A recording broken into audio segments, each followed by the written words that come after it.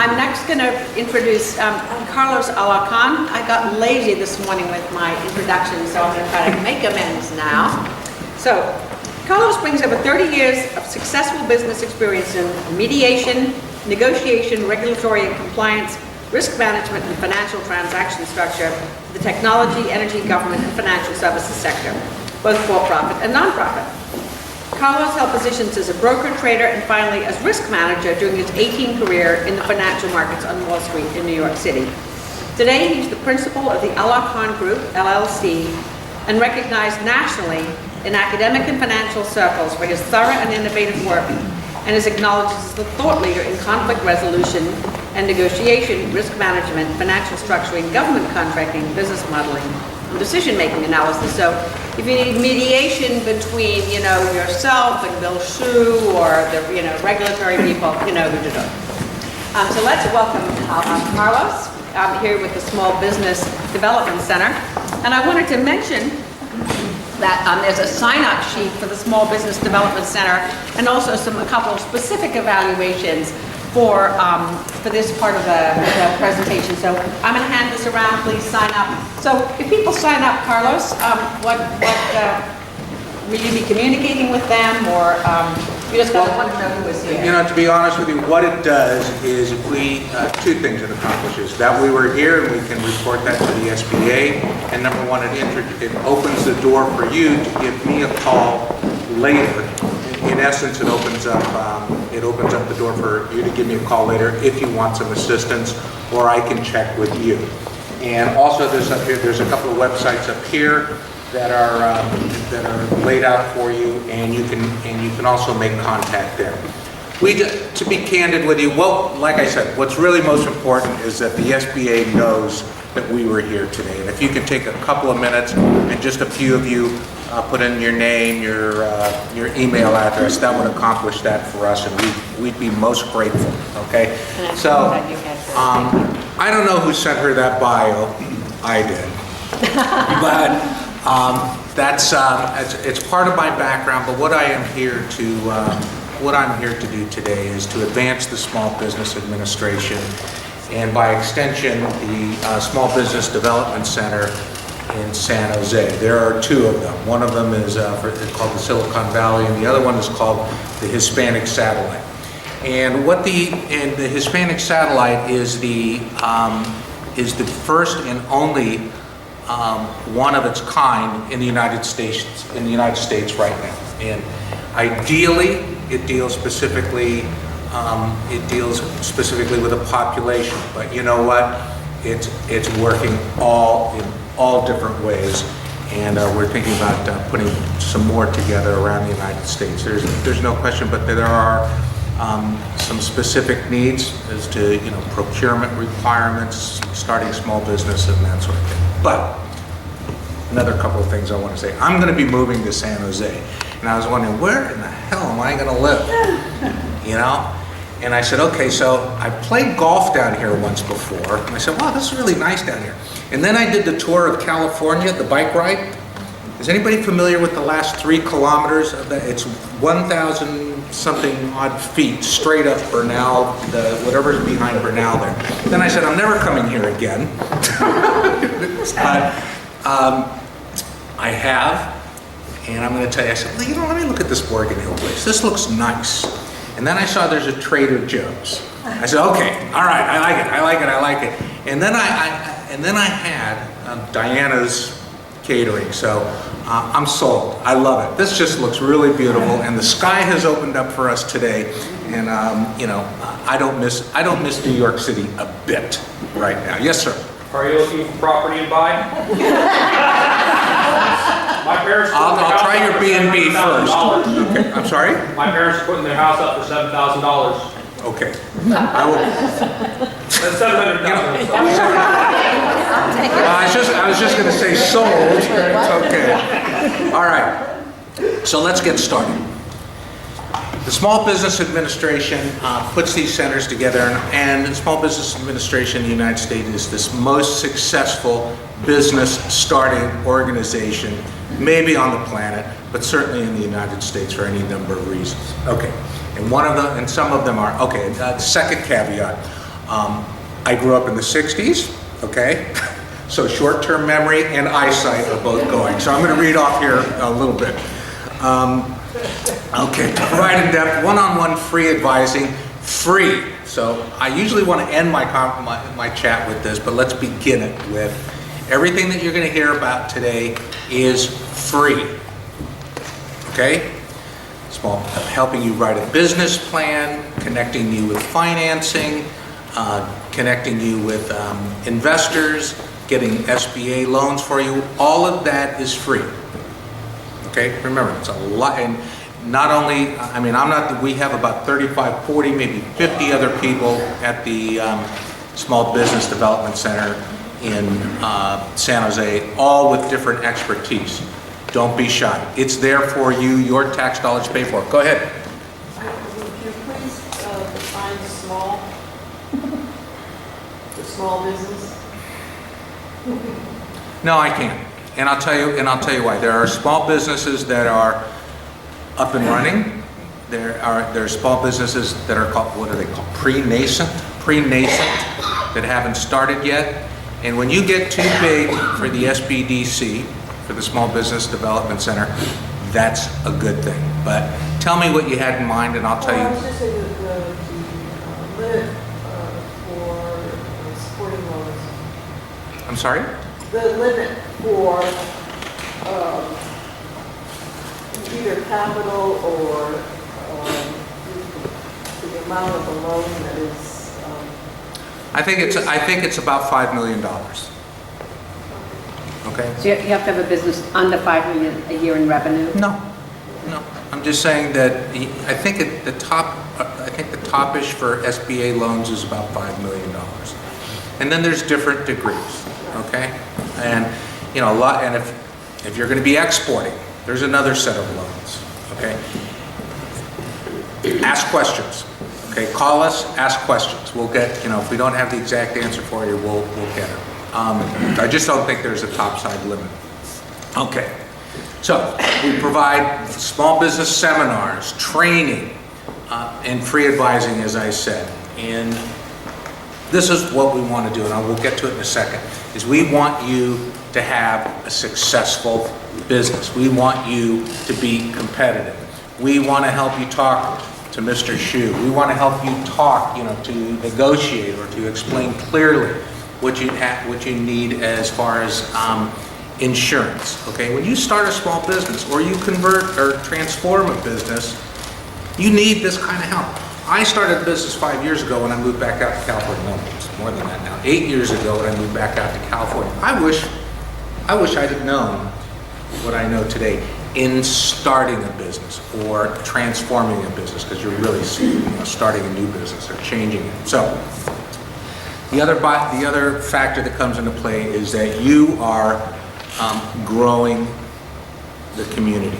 And I'm going to tell you that the research that I did, and again, short-term memory, the research that I've done over the last week on agritourism, it will result here in a couple of charts. But it's amazing. I was talking to somebody here and I was saying, I remember when I was growing up, I grew up in Sonoma and Marin, that a wine tasting day was really just pulling over on the side of the road every once in a while, going at 12 and the Sonoma Highway and that sort of thing. And yeah, we spent a lot of Sundays that way. But anyway, okay. So we've got the small business part. Usually the SBDCs are housed in universities, but now, or in small colleges, but now you're going to find them as a part of a lot of chambers of commerce. Is that the experience in Gilroy, that it's part of the chambers of commerce? Okay. So your area, here are all the dots represent a small business development center. And you're in the orange one. Or no, wait a minute, you're in the blue one, okay? You guys have a big district, all right? A lot of stuff, a lot of open land. Now, I know part of it is mountains, because I've been there, but, so there's a lot of area to cover, and there's Gilroy, there's a number of chambers of commerce, but I believe this is in our patch as far as small business development centers go. Okay. These are our partners, okay? Small Business Administration, Humboldt State University, they're what's called the leader organization. They run everything from there for Northern California. The County of Santa Clara also helps us with funding. The City Community Development Foundation helps Santa Clara with a number of sets of funding, and the Hispanic Chamber of Commerce in Silicon Valley. Okay. So, any questions thus far? I'm sorry I can't answer the question on the, what is too large, but that I can find that out. Any questions thus far? Okay. These are the folks that we serve, small business clients and entrepreneurs. Okay, don't be shy. I've seen things over the last few years, businesses that ideas that you can't imagine, and they're really cool and they're really successful. And being in Silicon Valley, you can imagine the sort of business plans that we've seen over the last few years. I've seen a lot of creativity in my life. Some of the most creative people I've met in my life are mathematicians at Stanford, any number of people in the village in New York, but Silicon Valley, I don't understand a bit of it. It's been clear in getting this slideshow up tonight that I don't understand a lot of it. But what we are seeing is this movement, this agritourism movement that is just absolutely fascinating. We'll have a couple pictures and a couple stats here in a second. Don't be shy. Part of our standing is with diversity. Okay, it doesn't matter what strata, what corner. We're here to work with you, and this is for startup businesses, the ones where you need a business plan. I teach the business plan class. It's called the Intense Business Plan class because we do a lot over 12 hours. It could really be a 2-week class, but do not transform your business or do not start a new business without a business plan, please. Yes, sir. We get a lot of inquiries at our public service center, people who are looking not only for what's allowed, but how to incorporate a business in some kind. Incorporate? Do business. Yes. In some way. And I was thinking just now, maybe we should also be not only just telling them what you're saying, but then sending them your way. please do, and as I said earlier, I will reach out. You will have my contact information as well as the folks at the Small Business Development In Center. both urban and rural. Beautiful. Yeah, you know, save your, I have a saying with my son. I said, and my son has had, at 25 years old, he's been to war, he's been to Rutgers, he's been to, he's done a lot of stuff. And I'm not in the position anymore. Well, I was never in the position. He's 6'4" and about 240 pounds. And, all this Marine training and everything. And I said to Hunter, I'm not gonna get in your way anymore. I'm not gonna tell you what to do. But I said, just one thing. If I feel like I can save you 10 years of pain, I'm gonna say something. All right? Okay, Dad, that's cool. All right. So I want to save anybody in here 10 years of pain if they're thinking about starting a business. It doesn't have to be me, but come get a business plan. Learn how to do a business plan. We'll send you home with something that will help you do it on your own too. Okay. These are the things that we need to accomplish at the Small Business Center. Increase sales. These are the things that are called economic impact. We need to create economic impact. We need to increase sales, assist with lease negotiations. Here's the impact. Hold on. Well, we'll get to it in a second. We need to increase economic impact. These are some of the things that you can do. But if you're thinking about buying or selling property, we can help you with that. We can help you with lease negotiations, with incubator facilities or larger facilities. We can help you plan a business expansion, and with proper planning, we can help you ensure a long-term success. There's just some ways of doing things right. As much as we want to wiggle and maybe not stay up late that night, maybe not finish the complete plan and that sort of thing, there's some things that need to be done right. And I will agree, even having sort of winged it myself with my company, I wish I could do it over. I wish I could do it over and do a business plan right. So, I like this. I like this idea. This is in Plumas County. Okay, you guys can see that. I can't see. All right. This is in Plumas County. This looks like fun. A dinner barn? Oh, you guys are, oh yeah, that happens all the time. I want to do this. Whoever's got one of these, I want to do it. That looks like fun.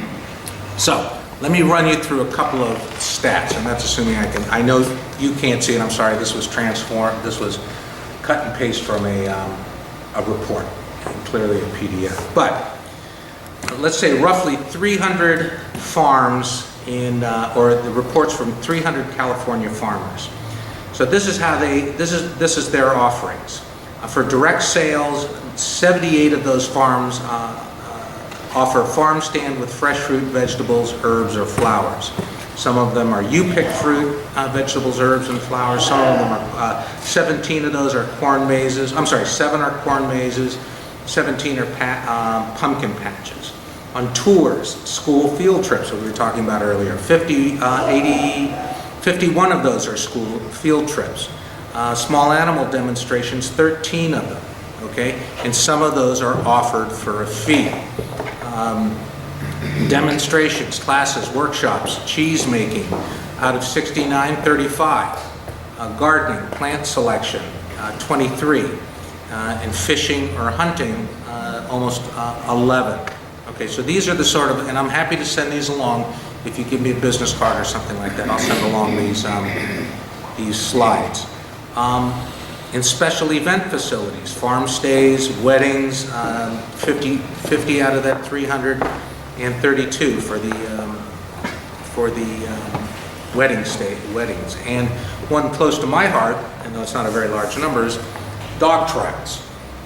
I field trialed with pointers and setters for 35 years. And I was on the East Coast, and I started on the West Coast. And boy, I would be really happy to know that there was that there's still land enough to do it, and it sounds like there is. That's great. The last field trial I went to was in Ardmore, Oklahoma, and it was 22 square miles. So apparently there's a little unfarmed land out there, but there's a lot of armadillos too. Wait until you ever see one of those. Okay, so less than $1,000 a year in North Coast. Out of it's about 16%, 100,000 or more. There's 8 of them, and which is 15%. Okay, and again, I'm happy to send these to you. But this will give you an idea of agritourism revenue. Okay. Number of operations in the North Coast, there's 67. Okay, and a lot of these are planning to expand. The South Coast being the most. The primary activity of those operations, the largest, is events. There's other farm stays sort of right in the middle there. And U-Picks, oddly enough, and I wouldn't have thought that to be the case, is down at the bottom. Okay, so that gives you an idea of what agritourism looks like in California. Here is the most interesting one to me, though, okay, where it affects business. What are the major challenges for agritourism? Give me a signal when I have just a few minutes left. What are the major challenges for agritourism in California? And we talked about one of them today.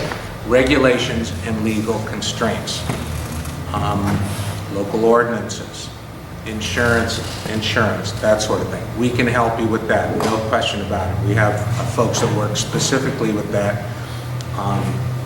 Permitting and zoning, liability and insurance issues. I'm not sure what crop animal production logistics are, but I think that's... Food safety, perhaps. I'm sorry? Food safety. Okay. My son's going to be a veterinarian. I thought it might be something that he's studying, but okay. Availability of reliable labor. Is that the case? Really? Okay. At the price that we're willing to pay for. Does it? Yeah. Okay. Lengthening agritourism season. Is that something we want to do? Okay, and we have the capacity to do that? Okay. All right. So here's one of the issues that we're gonna talk about a little bit later. Marketing and tourism. As I said, when I was going to wine country, you just drove up. Yeah, what is it, Silverado Trail or 12 or something like that, and you'd pull out. You'd pull out and stop, and literally in those days, nobody went into the wineries. There was just a stand on the side of the road, and you had some wine, or cheese, or whatever. Nowadays, I don't think that's a sustainable business model. Clearly it isn't. So what are we going to do? We're going to reach out. We're going to go one geography, one business, to many geographies, to many businesses. Okay, you're going to have events not just as a school field trip.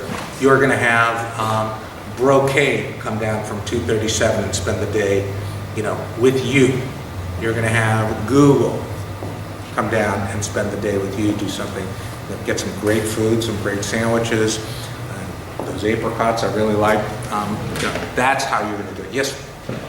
Oh, 5 minutes. All right. Okay, so let's run. Don't change. I don't know where these pictures come from. All right.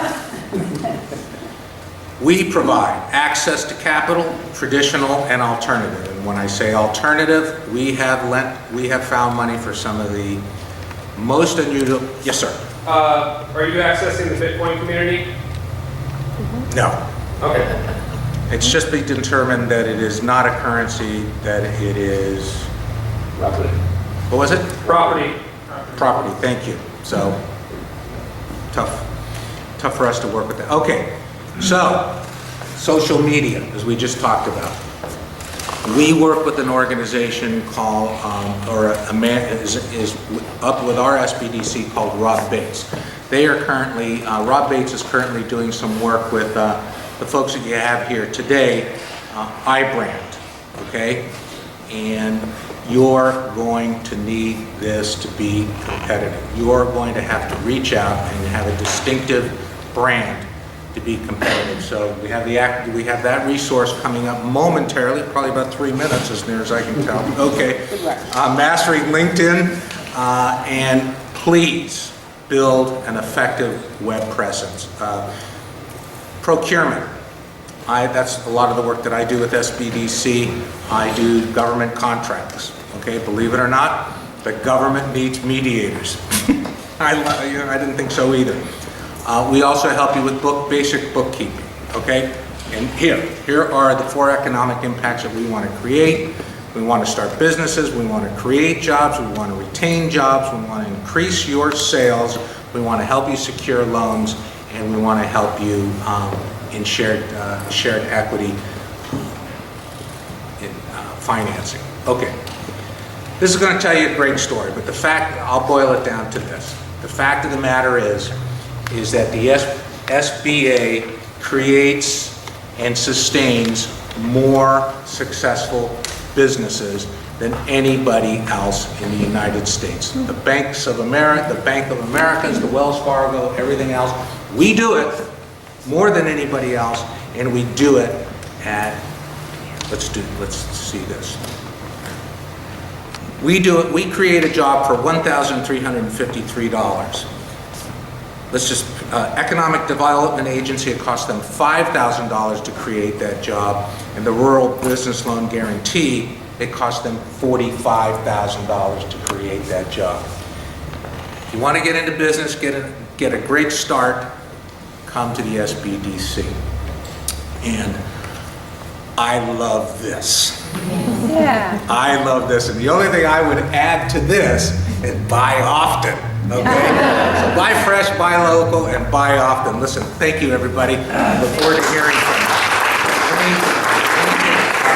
Can I take one or two questions? Please. Go ahead, Dina. How closely does this agency work with the risk management agency? What kind of risk? Well, the USDA Risk Management Agency, RMA. Because they do a lot of similar things and they have certain tools to help farmers evaluate their risk. So I'm going to be honest and say I don't know, Okay. but I'm happy to investigate that. If you want to leave your business card, okay, let me get that and I will have that answer for you. Okay, anybody else with questions? Okay, yes? How do I get in contact with you? Okay, hey, you know what? I just happen to know that. So number one, you can fill out the thing that, what do you call it? Whatever you put the sign-in sheet up there. Wow, it's going quick.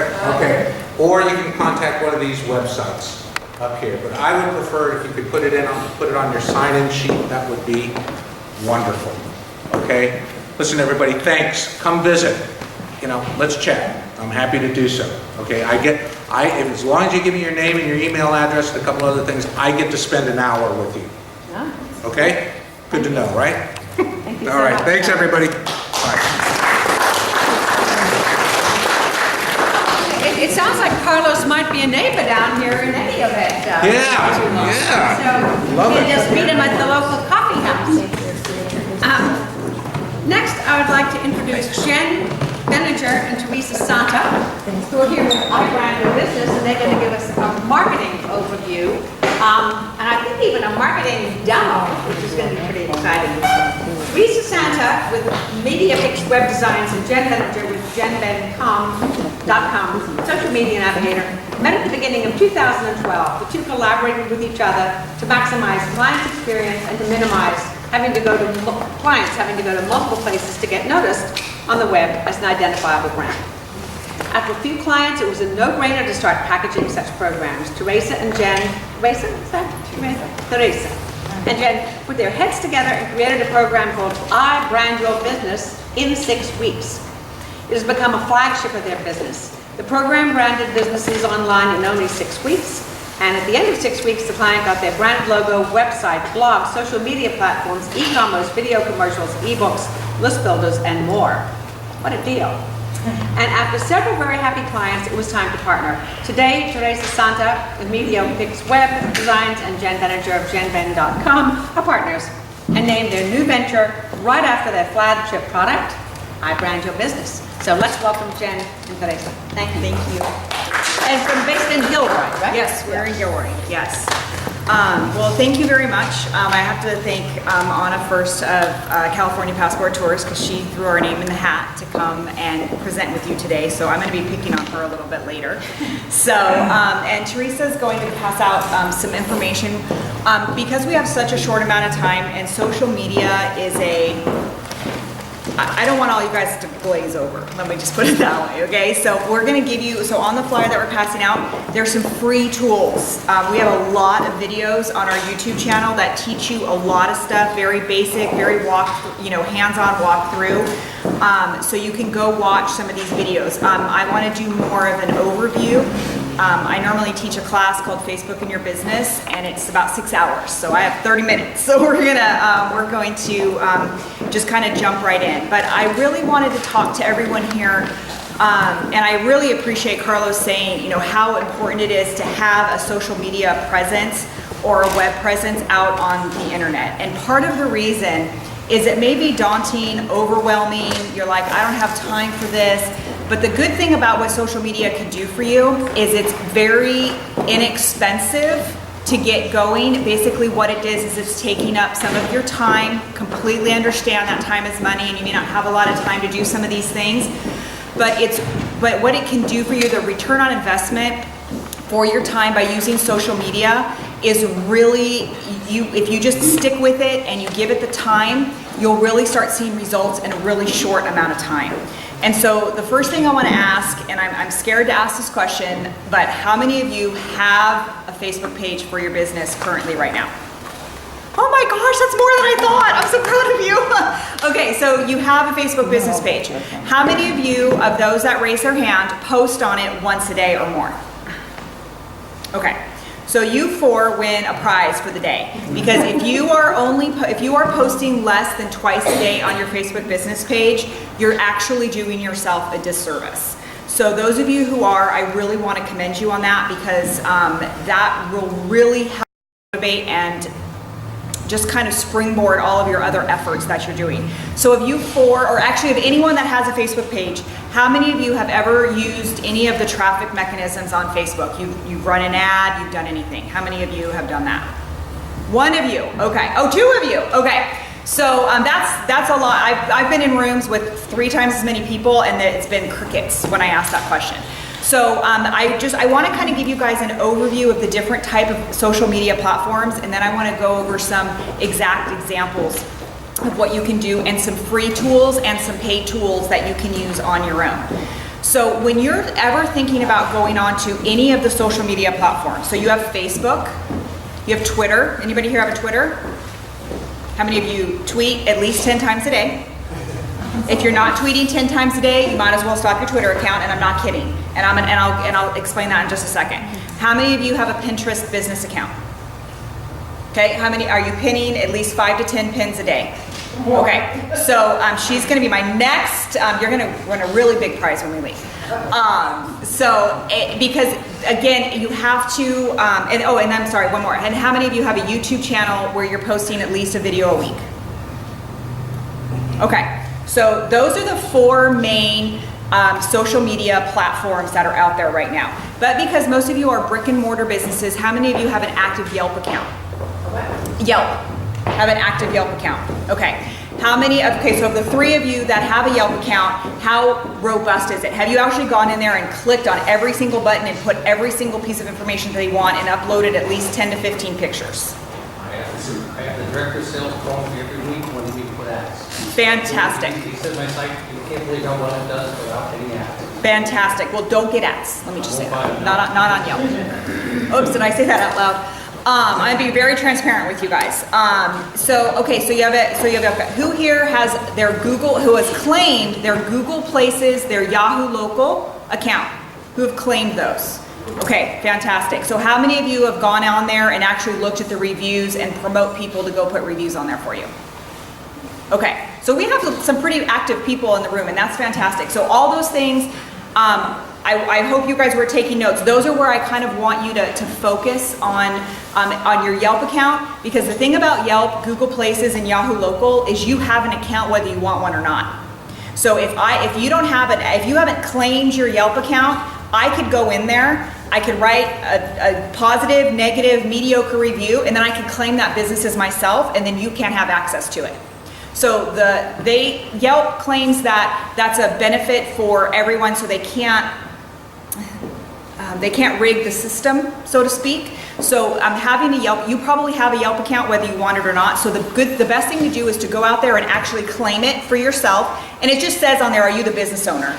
And then it goes through a verification process. And now you have access to be able to upload photos, do different things, update the information, put an active website, those type of things. Because a lot of people, now that Yelp is very accessible on people's cell phones, when like we went wine tasting for my husband's birthday, and before we walked into a winery, we looked at it on Yelp. I wasn't even getting out of my car unless I saw a good Yelp review, because I don't want to go in there and have bad wine, bad experience, dirty bathrooms. I mean, people put everything. I don't know if you guys have actually ever read Yelp, but there are some people that are like, I can't believe they have dogs on the premises. I mean, they will get really picky. So as a Yelp viewer, you also have to understand that people, take it with a grain of salt, the negative and the positive reviews on Yelp, but you should have a Yelp account if you're a brick and mortar business. Same goes for Google Places and Yahoo Local. Yahoo Local is a nightmare. I'm gonna tell you that right now. I have clients where they work with us and we do their budget in the month, and 6 months later, they're emailing me stuff that Yahoo Local is sending them. It might be a little cumbersome, but it's definitely worth it, because if you guys have active Google Places and Yahoo Local, then you're gonna get ranked in the SEO of the search engines. That makes sense? Did I just make you glaze over? I'm really not trying to make you guys glaze over. But the reason, that's another reason, so I'm saying that because I'm gonna now tie that into social media. Okay, so I appreciate Carlos so much for saying that you guys should have a web presence. But I'm not sure how many of you get frustrated if you have a website and you're not on the first page of Google. You're like, I do everything I can, I do so much, my product is awesome, my website is fantastic, why am I on page 70 of Google when they search my keywords? Okay, it's because to rank a website takes time, money. If you're gonna go get an SEO package, you're $500, $800, $900 a month just to SEO your website.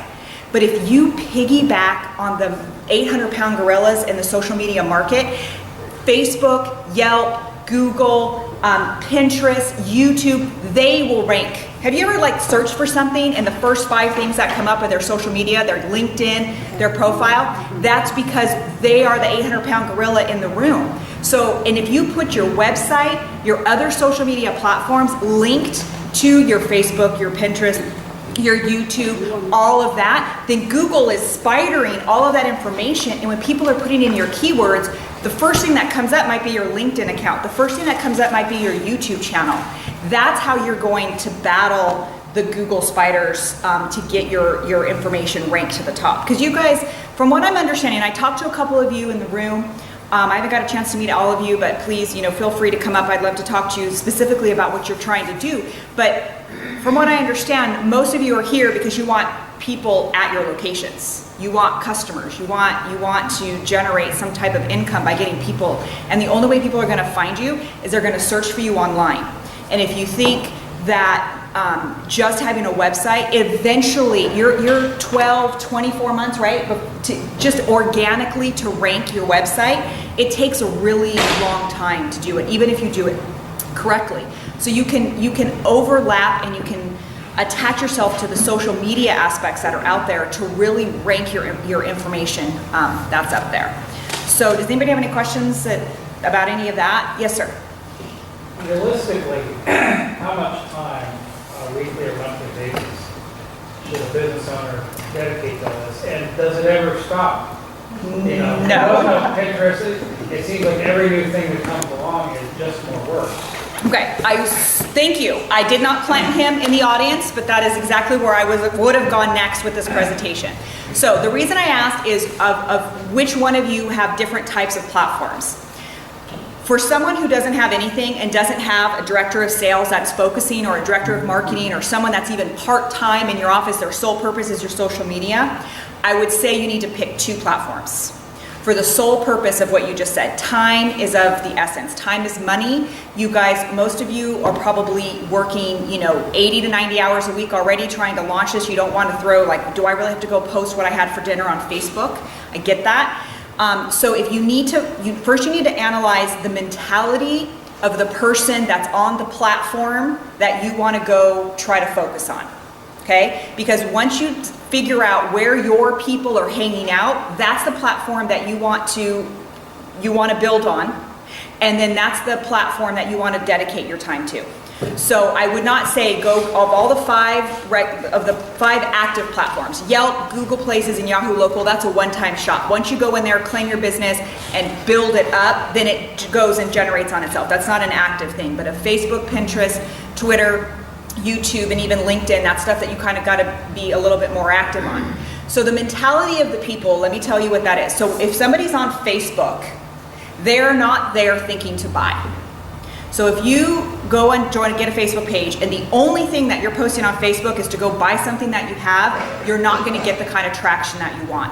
Facebook, everybody needs a Facebook business page, because that is where 80% of people online have a Facebook account, and they log onto that Facebook account 3 to 5 times a day.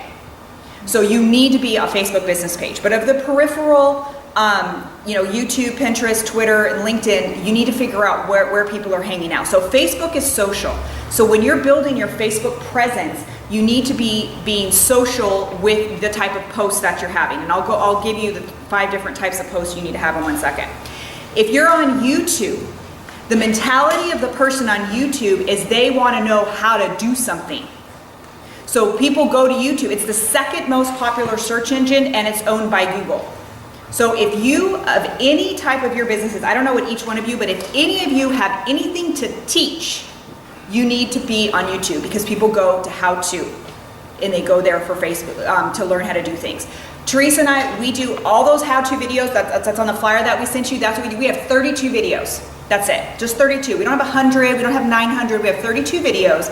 One of our videos is already hit almost 70,000 views, because it was a how-to that we went and looked and said, okay, what are people looking for?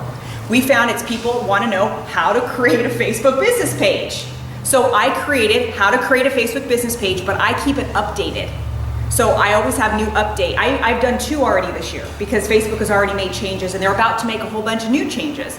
Not significant, but some new changes. So for Teresa and I, YouTube has become our massive referral base for us because people go and they go want to know how to, and we go how to do social media. So if any of you, we have a winery that's one of our clients, and he wants to teach people how to make homemade wine. So maybe he'll have 10 videos and that's it. But if you use YouTube and you optimize your videos and monetize, I know we don't have time for that kind of stuff, but if you focus on that kind of stuff and he focuses on Facebook and YouTube, then he's going to generate a lot of traffic because he's teaching how to do wine. And then when people are here in Gilroy, he's running traffic to his local winery. They see him on YouTube and they go to his website and they go, oh, they're in Gilroy. We drive traffic on Facebook to this guy's YouTube channel. Then he's going to get a spike in people showing up. So that's the mentality of people on YouTube, if that makes sense. Yes, sir. What's your experience working with Simple Machine forums and really creating community on your own website, but really enabling customers or users online to communicate with each other freely in a private or a public online setting? We use Facebook groups for that, as well as you can use your Facebook business page for that. So if, and I'm going to circle back to that in 1 second when I talk about the type of things you want to post on Facebook. But it's encouraging your community that you build on Facebook to communicate with each other back and forth, and you do that. And then you can also, if you want to go one step up, then you can also create Facebook groups, which can be public, or they can be closed and private, meaning you're the only one that allows certain type of people in that group. Like we have an open fan page, but we have a group for our clients so they can ask us like kind of questions, and we build that community in there. But you do have that opportunity. Social media is exactly what that type of stuff is built for. So the mentality of the people that are on Pinterest, people on Pinterest go to buy. Okay, that's why people are on Pinterest. I have a girlfriend, I go, what do you want for your birthday? She goes, go look at my Pinterest and pick a board and buy something off of it.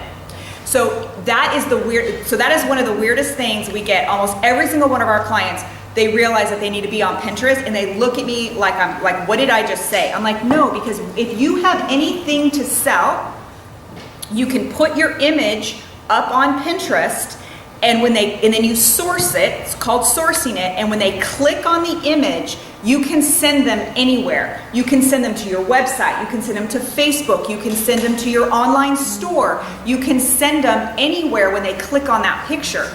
So when you think about the mentality of the people, you're like, okay, well, I have stuff to sell. We have an antique store. You guys know the barn at Hoey Ranch in Gilroy? Okay, so Debbie and Jim are clients of ours, and they've brought a new person in, Christine, that's helping them with that, and we just did a coaching session with them about Pinterest. So even though they were hesitant because they're like, look, we have all these antique store, all this stuff, but they have one. There's not, they could put something on Pinterest and a month later somebody can like it and pin it, and then they realize that they don't have it anymore because it sold that last weekend. They were really hesitant. I'm like, it doesn't matter because it's what you had at the time, and when you click on it and you're sending them to your website, they get to see all the other stuff. So they're turning their online store back on, and they're going to really start utilizing Pinterest. So for them, I said, you don't need to be on Twitter, you don't need to be on LinkedIn, you don't need to be on YouTube, you need to be on Facebook, and you need to be on Pinterest. So I took this massive, like what you were talking about, like this massive, like, oh my gosh, I'm so overwhelmed. How do I get it down to here? Okay, so that's the different mentalities. Now I'm going to go right back to your question. How much time do you spend on this information? So the great thing, and I can't believe I've talked for 15 minutes and haven't even looked at the computer, but the great thing that I want to show you, seriously, I'm just like, I'm just yapping along. All right, so, and I don't have a lot of time left. So right here. I was about to go kick her. I was like, are you going to use the computer, or are you going to shut up, or what are you going to do? So, but I hope, has it been helpful? I hope I haven't been talking too fast. And I purposely, You did well. I didn't do a PowerPoint because I don't like to be constrained. I want to feel what you guys are kind of looking for. So right here, I know it's a little tiny blurry, but when you're on here, there's this little clock right here. Do you see this little clock right here? No. Yep. Right at the bottom. Okay. I know, it's kind of small, right here. It's on your post, it's right here. Okay? So you're in here, you're in your Facebook business page, and there's this little clock right here. It's called schedule a post. So people who don't have the time, so I probably scared you when I said, are you posting on Facebook 2 or 3 times a day? Are you on Twitter 10 times a day? Are you on, these different things? There's a lot of scheduling mechanisms that you can do. So what I recommend is sit down, and I don't know what different schedules you have, either once a week or once a month. If you're good at planning, you probably need about 2 to 2.5 hours if you do it once a month. If you do it once a week, you could probably do it in less than 90 minutes. And you go to the dollar store and you get a calendar. Swear to God, this is what I tell all my clients. Get a calendar and you open it up. And so it says, what are we in, March? April's coming up. And you write, what are you going to post each one of those days? And you just write, you just pencil it in. It doesn't have to be the exact post, but you're gonna say, okay, I'm gonna back up. First, I'm going to tell you the type of content you should be posting before I tell you to do the content calendar. So the different types of content that you can post is you want to be graphic or image rich. Okay? Now, we're a graphic design company. Teresa's brilliant. She lets me do the talking, but she's the developer and the designer. And would you say you were going to just stand there and smile today? So if you look at our page, we have a lot. So there's text posts, okay? No more than 5 or 6 sentences, okay? And then we have a link, okay? Then you come down and there's a graphic, okay? So, here's some more graphics. Okay, now this graphic, the Facebook graphic, she didn't create, but the one where we're promoting one of the local realtors, she won Fun Fan Friday on our business page, Teresa created that post. Then we have images, that's a picture. Somebody talking about that taste. Oh, there's us at the Agritourism workshop. We'll repost it to everybody that we were going to be here.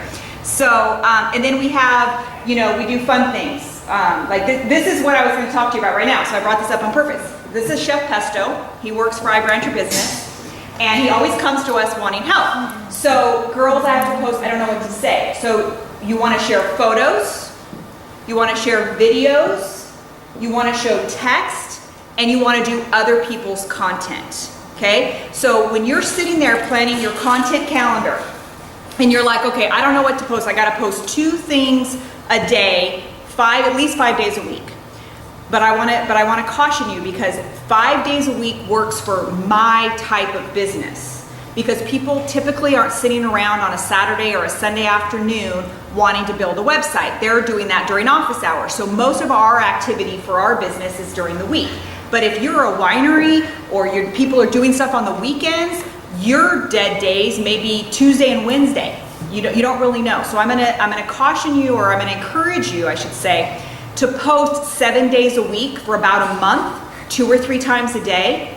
Then you go into your insights, and this is really gonna freak you guys out. I did not mean to do this, but I gotta show you this. You go into your insights, and it'll show you when people are engaging on your posts, so then you can start narrowing it down. So if you go to your insights, and you don't have to know a lot, you just have to be able to read a graph. Seriously, if you can read a graph, it'll tell you when people are commenting and posting and when your activity is. You click on the posts section, and see, we get a lot of, obviously everybody's dead at 2 o'clock in the morning, but we get a lot of posts in the middle of the afternoon.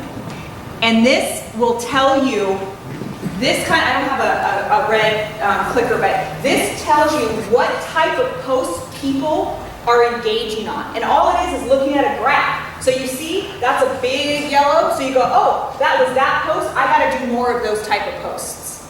It's very basic to look at. If you have no activity, this was, that was just the one that we just did. But let's take this one. So this post right here, we did a link, just a friendly reminder about something. They didn't really like that. So we're like, okay, well, maybe we don't do that kind of stuff anymore. But you'll be able to, just by glancing at it, what people are responding to. We get a lot of response on videos. A lot of people like our videos because they're all how-tos, and we do social media, so that makes sense. But you can really briefly look at this information, and it'll tell you when people are commenting and what they're liking of what you're doing. And you can do it, probably look at this about once a month. You don't have to do it that often. But back to the content calendar. So once you realize after a month or two that people like your videos, they like your quotes, and that they're responding to you on Saturday and Sundays, now you have a plan. Now you're like, okay, so on Wednesdays, I'm gonna sit down with my calendar, I'm gonna find 3 videos off YouTube that I wanna share. They don't have to be your own, you don't have to go in your backyard and just make up stuff. That I know that freaks a lot of people out. But you know, you can do some text quotes, you can throw up an image, you can go to another, find out what your competitors are doing and do it better. Does that make sense? Don't copy, don't rob and duplicate, but see kind of what your competitors are doing and go, oh, well, I can do that, but I put my personal spin on it. Okay? So, does that make sense? Does that answer your question? Schedule the posts. It doesn't say how many hours a week. How many hours a week? If you are consistent with doing your content calendar, it should take you about an hour and a half a week. If you do it in a setting. If you choose not to do a content calendar and you want to be, you know, kind of fly by the seat of your pants, like when I think of something, number one, you'll probably be a little inconsistent. And number two, you might feel like it's stressful. So like when Teresa and I first merged our 2 businesses, I'll be honest, we were hesitant because I'm like, well, I don't want to post something because what if that's not something that Teresa wants and that's something that JenBen.com would post, but maybe not MediaPick. So we kind of had like about 2 months of being afraid to post because it might upset the other person.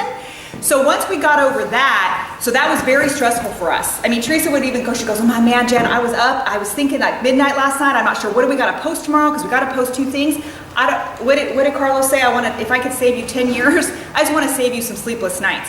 Kind of map it out a little bit in advance.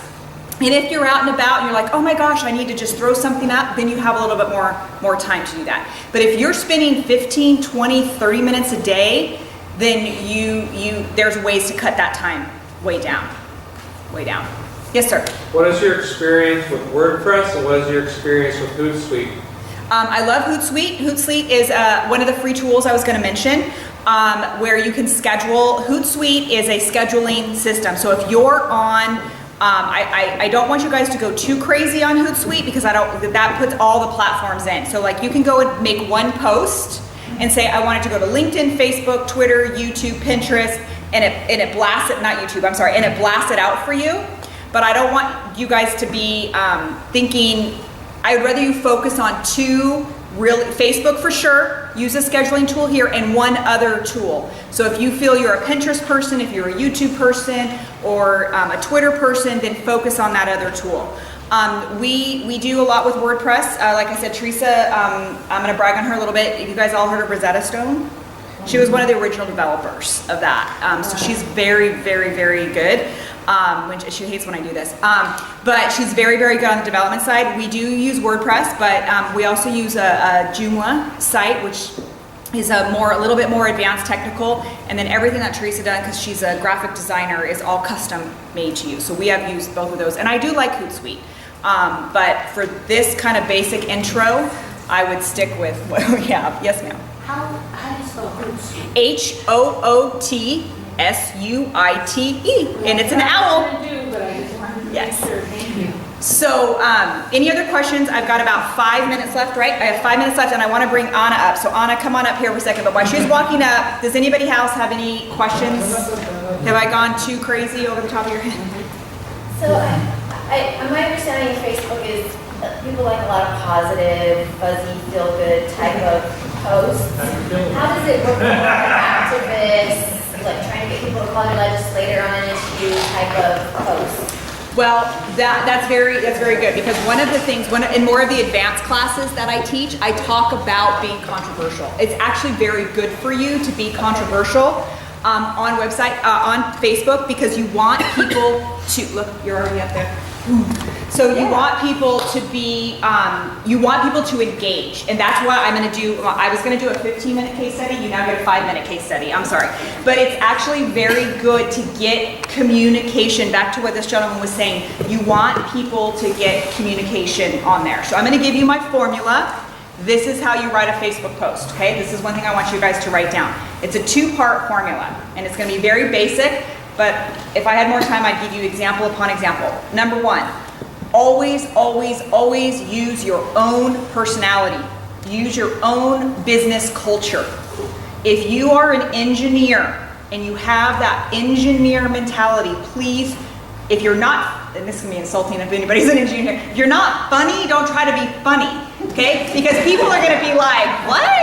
But if you're an engineer and you're very technical, you're very technical, if you're be technical, people will follow you not because of your humor, but because you're technical. So why would you want to, don't think, like you said, people want to be positive. What if I want to do legislation?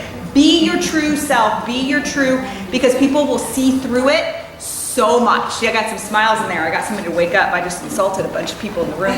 One thing about being technical like that, if there's some young kid who wants to be an engineer and he finds out on your Facebook page you've just got one more like or friend, and so now you have your sphere of influence has increased, and perhaps he's even local, and you can, now you actually get to meet. Yeah, so be true to yourself. If you're funny, and I'm going to do the opposite. If you're funny, try not to be inappropriate because you want to be banned, but if you're funny, don't try to turn on the I know everything rule. I was going to go the opposite way too, right? Because people will see through that.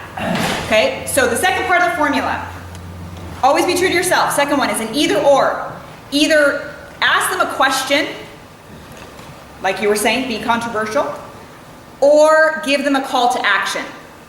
So I'm not saying in every single post, like, share, and comment, like, share, and comment, like, share, and comment, like that's like it, share it, or comment. I'm not saying do that. You can be very original in what you're saying when you're doing that. But if you ask a question, people are going to engage. They're on their phones. 90% of the people are there scrolling through the news feed. And if you've got this big old long text, nobody's going to read it. You got a snappy image, a cool video, a question, something controversial that you are going to encourage people to be on, then you want to increase that. So in the 2 minutes that I have left,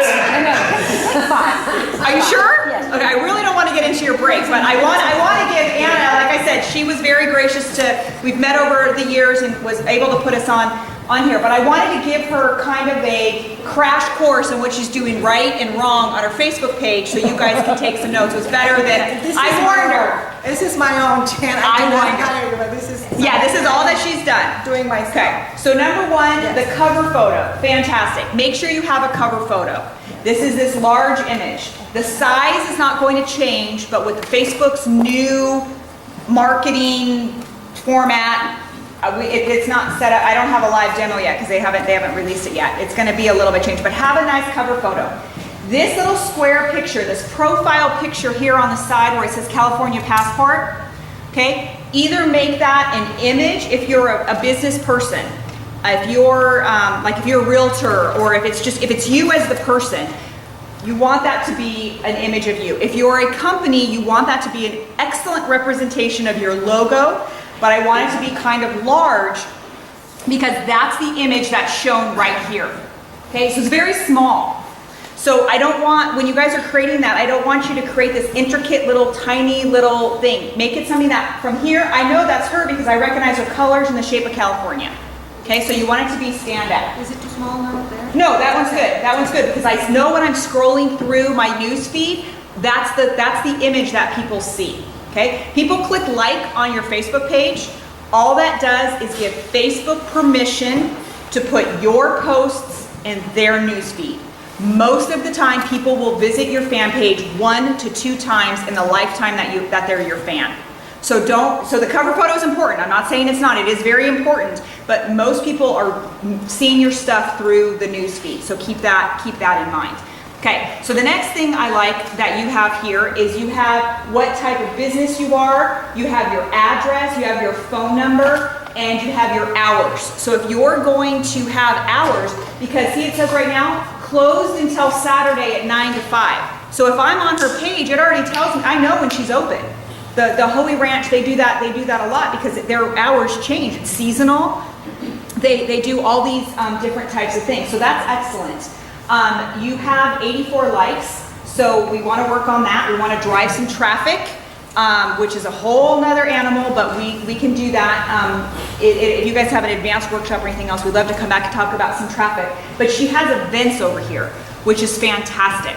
So if you guys are a location where you're gonna start doing those type of events that he was talking about, you know, wineries, weddings, barn dinners. I know that I talked to the people who are looking at saving the Miller barn there in Gilroy so they can have barn dinners and events there and tractor shows and quilt shows. I mean, that's an excellent place to drive community-based things. Because when you're doing traffic, you can literally target by zip code. You can target any interests. Like if you're going to do an event about quilting, then you go and you run an ad that says, I want people that live in you put the zip codes of Hollister, San Martin, Gilroy, and Morgan Hill who like quilting, and you pay for that traffic. And then those are the people that see your ad. Now you've got that kind of community, you know, built up. Same with the saving the Miller barn. If you guys are trying to get that saved and you want the community to rally behind you, then you need a Facebook business page and you need to be driving all the traffic that you can, and you're just posting and posting and posting about pictures. You're talking about, this is what we can do. This is the potential. This is, you know, all this other stuff that we can do. And with Anna, she's got a brick and mortar business. You want to take pictures. Every tour that you go on, you want a photo album up on this thing of the tour that you just did. So if you're taking a group of people, well, you're gonna now, right? Here is the question. One thing I kind of stayed away was respecting the privacy of the groups that I... You don't have to take a picture of the people. You gotta take a picture of the places. You don't have to take a picture of like if we're out and we're doing an I Brand Your Business client tour, which is what we want to do, take all of our clients out and use your service. We can go to all the wineries in Gilroy. Yeah. You can take a picture and say, hey, I just went on a tour. You can ask us, hey, can I use I Brand Your Business? I don't know how to do that. We're going to be like, yeah. You can say I Brand Your Business. You can say, we went on a tour with I Brand Your Business. Look at all these beautiful winery shots that we got. And then you post that and people are like, oh, I can use them for this, or I can use them for a birthday party, or I can use, you know, you've got to get people thinking. And that's why you got to post a couple of times a week or a couple of times a day. Because like I said, people log in 2 to 5 times a day, and you've got to get that going. If you're running events, every event should be up there. Every single thing that you do, you need to create a Facebook event. Because, remember I talked about earlier that Google spiders everything? Google spiders every single thing on your business page. So if you're consistent and persistent and creating events, Google's going to realize, oh my gosh, they're actually somebody my people should listen to. These are the type of people that I want to be related to. So let's put them higher up in the ranking. And so that's some of the type of things. Okay, so the other thing that you're doing, you put the Agritourism workshop up there. We did some great social media marketing for you. Thank you. Okay, if you're a brick and mortar business and you set up your Facebook business page as a brick and mortar business, on that sheet I gave you is a link to our YouTube channel. I have all these free videos, and you can Facebook me and ask me questions if you get stuck on any of that. So I'm not going to get into those details. If you're a brick and mortar business, you get this survey, you get this up here that says reviews. Please, please, please encourage your fans and your customers to write you a positive review. Because again, those get spidered on Google. And your whole goal is to get, when people search for you, you come up. And this is how you do that. So incentivize people. If you're a brick and mortar business, I tell them, so if you notice the Hoeys, if you follow them on Facebook, they've started creating the customer, that if they come in, the customer of the month, if you come in and you like their business page, that was all the coaching that we did with them. If you write a review for them, then you get 10% off for life. So incentivize people to do that. I have some people that do a drawing once a month. They're like, if you, or once a week, or something like that. Hey, if you like our business page, show me on your phone. I'm gonna put your ticket in the thing, and we're gonna draw it out. Here's a question. Sure. I also use Shop Morgan Hill, and Yep, I have Shop Gilroy best reviews over there. So how can I link Shop Morgan Hill, or is You need to ask those people. Yeah, so that's still good. Shop Morgan Hill, Shop Gilroy. If you're on, that's another free tool that you can use. That's awesome. We're on there as well. That's just helping with your ranking. If you can incentivize those people to come to Facebook, so you could run a whole campaign. You could go. Kind of spread to say, you see, with so many other things, but Shop Morgan Hill. but it's ranking you on Google. So every little bit helps if you're consistent and persistent. That's very, very good. Absolutely. So, yes. There's a setting on that, so when you post to Shop Morgan Hill, you can set it that it'll post to your To Facebook and your Facebook. Twitter. Thank you. Yeah. It'll post it for you. You have an option. That's, Yeah. It just won't create a new one. It won't create a review in this section right here for you. But it's a post. Yeah. Yes. okay, yeah. Yes, awesome, thank you. Thank you, that's awesome. So so one of the other things that I would recommend that you do is there's not too much engagement on here, which that's okay. That's why I told you I was gonna pick on you, but this is good. So, see, day trips make a great gift. Contact us to arrange a destination trip for your special someone. So that's something that I would put on Pinterest because that's the thinking of the buy. Right? So if we're doing something on here, I would tell a little bit more of a story, a little bit more of a social, like why would they want to do it? And then kind of at the bottom, make it like an afterthought. Oh, but that's right, you can call us. So make it a little bit more social, but put that straight, come arrange a destination for us. You can use that image and put it on Pinterest. Okay? I don't have a Pinterest. It's called business.pinterest.com. It really, there's awesome training. It's really, really good for you. Because of what you guys are doing, that's where your customers are at, besides Facebook. So you have a couple of events on here. The main thing, you guys, and I know you're not going to want to hear this, you have to drive traffic. You have to spend a little bit of your advertising dollars. We have clients that will spend thousands of dollars on a one-shot newspaper ad, a one-shot radio ad, a one-shot television ad, and for that amount of money, if we could drive traffic on Facebook, you can get your clicks to 30 cents a click on Facebook. If I had what they spent on one radio ad, what I could do with Facebook traffic for that same amount of money, it blows my mind. So don't be scared. I'm going to end it right now because I've gone over. Please don't be afraid of Facebook traffic. It's fun. Yeah, it's fun for me. It's fun, but it's your return on investment is really, really, really there. Were you gonna say something? No. Oh, I thought you were gonna say something. So so the last thing I would give you advice for you. The last thing I would add for you is the only thing that you're missing right here is a way to capture your leads. There's no lead capture on Facebook. And the way that you do that is you do an opt-in. Does anybody here have Constant Contact? Heard of Constant Contact? Yeah. Okay. I like Constant Contact. The only limitation it has is you can only build one list. But if anybody have MailChimp, Aweber, okay, MailChimp is one of my favorite, Vertical Response. Those are some of my favorite. MailChimp and Aweber are my favorites. But you can put an opt-in box here. Because what happens is once somebody hits your page and you can drive opt-ins and you capture their email, that's what it's all about. Because now you can market to them through email services to get them what you need. So if you're doing advocacy, if you're building a list on Facebook and you're driving people and you're capturing their email, something huge comes up, you can email blast out everybody. If you make a post on Facebook, that person who the most important person to you in that particular thing isn't on Facebook at that exact moment, you've missed your opportunity. But if you use social media to build your list is your biggest asset. I know I'm not talking, that's marketing 101, but you can use Facebook and drive ads just to your list.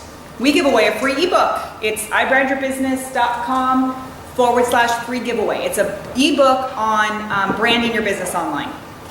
But do you have any other questions? No, this is fantastic. I did not know about this, but this is great. Thank you. All right, thank you. All right, thank you. Thank you guys for letting me run over. I went into your break. I appreciate it. Teresa and I will hang out for a few minutes with your break. You have all of our information. Please go visit our YouTube channel because the videos there are free and can be extremely helpful if you're kind of starting out. Well, I think this time, if anybody got some questions, let's take a few questions if people have them. Yes, sir. I'm one of those engineers that you referred to. You're not funny, but wait, you're funny. You just made a joke. It's okay. So is my dad. 47 years at IBM. I get it.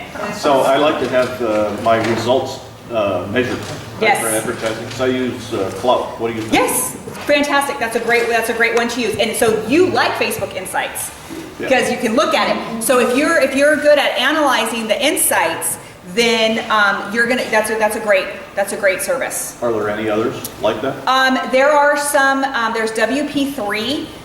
You might, the engineers in the room that I insulted earlier, like I promised, WP3 is a very technical way to analyze, especially your Facebook ads, because you can extremely minutely split test your ads and find out exactly where people are going, but that's an advanced. So I would use Clout to start out right now. That's Klout for some of you that don't have that account. It's a free account, and it monitors your social media presence. I think we're in the 60s. I think iBrand Your Business is up in the 60s, or at least gemben.com was at one point up in there. So that's a great service to use. Yes, ma'am. So about the insights, so you can see how many folks visited or liked your different posts, right? Like Yes. Can you just see though if your page was visited? Yes. Yes. So you have. But can you identify the folks that? No, they don't. They don't let you. That's a privacy issue that Facebook has. Is like you can also you can see some of your likes. But you won't, we have, I don't know, we're at 1,200 likes right now. We can't see all 1,200 people. So what I recommend if you want to do that is when they give you a report or in your notifications at the admin panel, is reach out to your new likes every time you see a new like. Like we get about 5 or 6 new likes a day. So we send a quick little private message, a little PM, hey, thank you for liking our page. So hopefully that will start some kind of engagement, because after a while they might get lost in the shuffle and we may not ever be able to respond to them again. But it just tells you the demographics. It'll tell you men, women, age groups, all of that is on here. Just visited the site, not Yeah. did like it.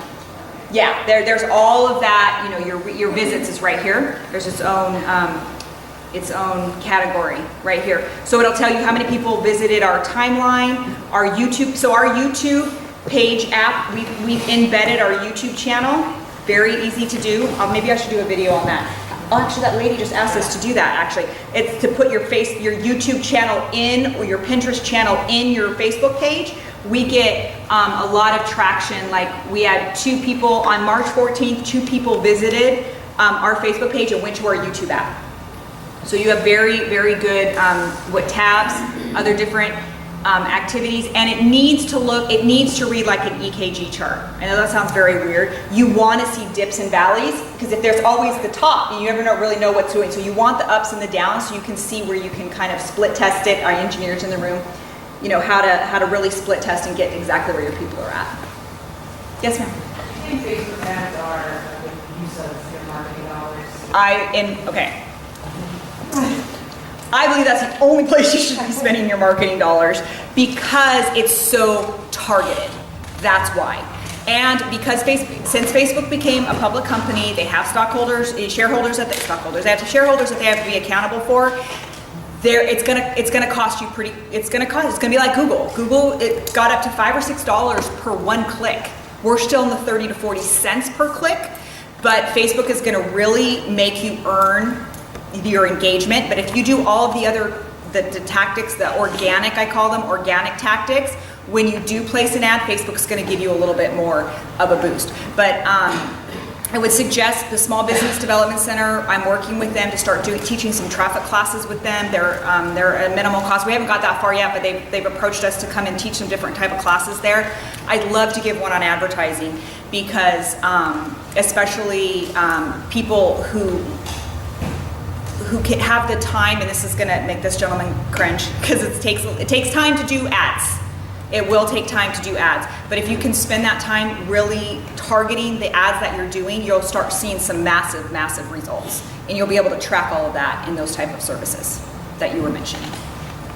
I'm not doing any of that, so I'm very interested to learn more about it. Yeah. We had to stop ours. We were so inundated with business. We had to turn them off. We had to turn business off. Well, because they were coming in from YouTube. Yeah. We were running Facebook ads that were driving people to our YouTube, that were sending people to our website, where we were getting business. Right now, 5 of our active clients live in New York City.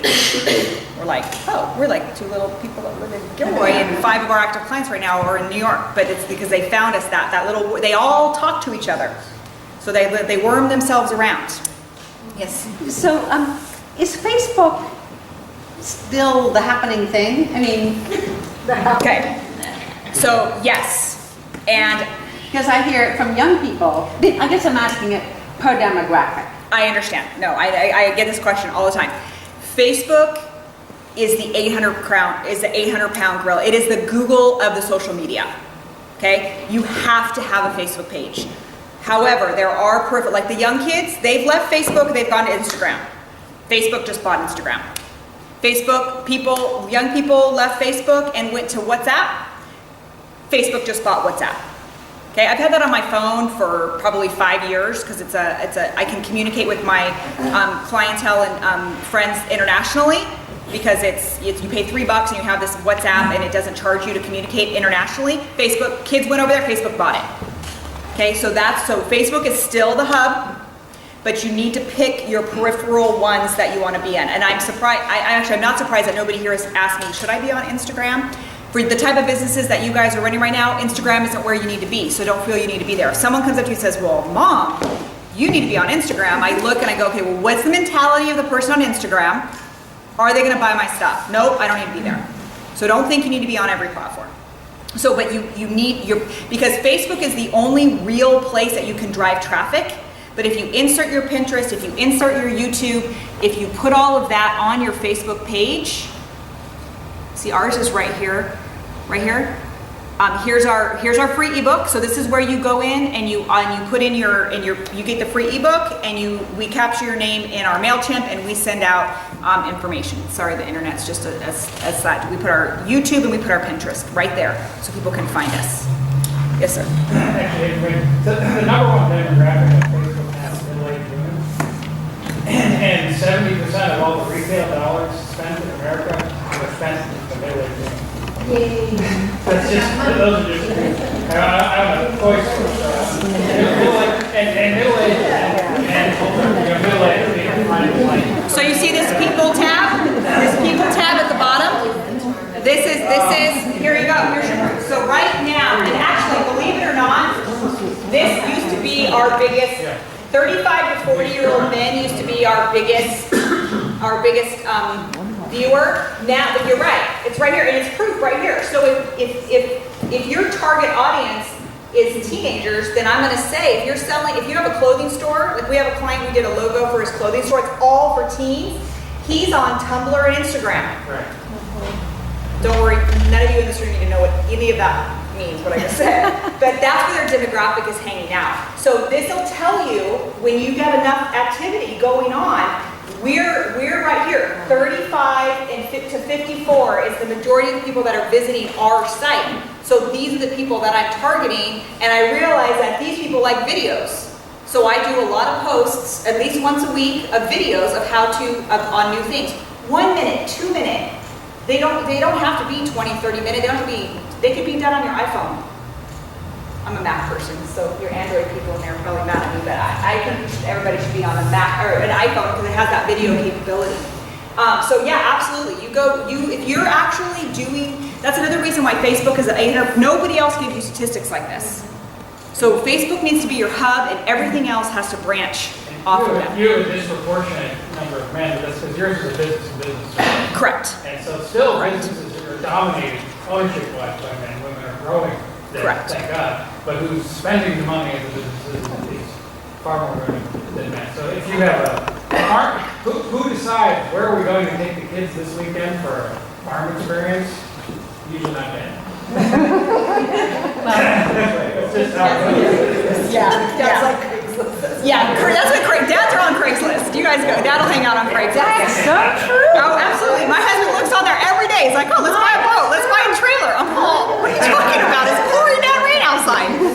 So that's another reason why Facebook needs to be your hub for your business, is because the majority of the statistics and the advertising and that you can run an ad on Facebook that when they click on it, it goes to your website. It doesn't have to stay on Facebook, but you want the people on Facebook to see your stuff. Great. Thank you so much. Thank you guys for having me. Right, that was. Well, I'm going to suggest we move into our next panel. Just Reg will bring up Sadie and John and Anna. and Lisa's going to moderate this next panel. So please help yourself to coffee, stretch a little bit while we set these guys up, because I want to get you guys out of here.